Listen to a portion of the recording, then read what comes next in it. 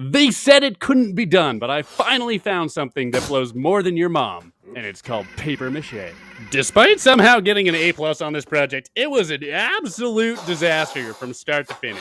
The first of many problems to plague me throughout this process was when I was trying to make the balloon armature for the sculpture. When I tried to blow up the long ones, no matter how hard I huffed and puffed, I just could not get them to inflate. So I resorted to stealing my brother's airbrush, and that actually worked really well. But as I was basking in the glow of my own success, I immediately ran into another problem. Tying the balloons together seemed like the easy part, but it proved to be extremely annoying. Not only was it extremely fiddly to tie the balloons together with my big manly hands, but every time I added a balloon, they shifted around, so it was almost impossible to get a specific shape. So I had no choice but to go with the flow. Unfortunately for me, the flow was flowing pretty slowly that day, so it took about 2 hours to get them all tied together. And then it popped! So I salvaged what I could and made another good enough sculpture and then went straight on to maching the papier.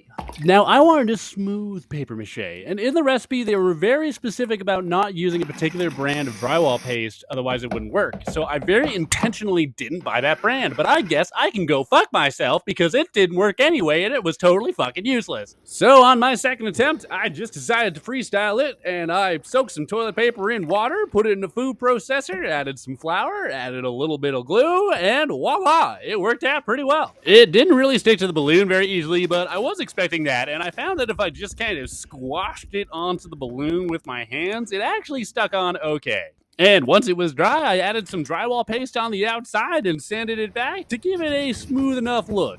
But if you thought that worked flawlessly, then you just haven't been paying attention, because when I looked at it, there was a bunch of cracks in the drywall, so I threw a little bit more drywall paste over it, sanded it back again, and then dumped a bunch of gesso onto it to lock everything in.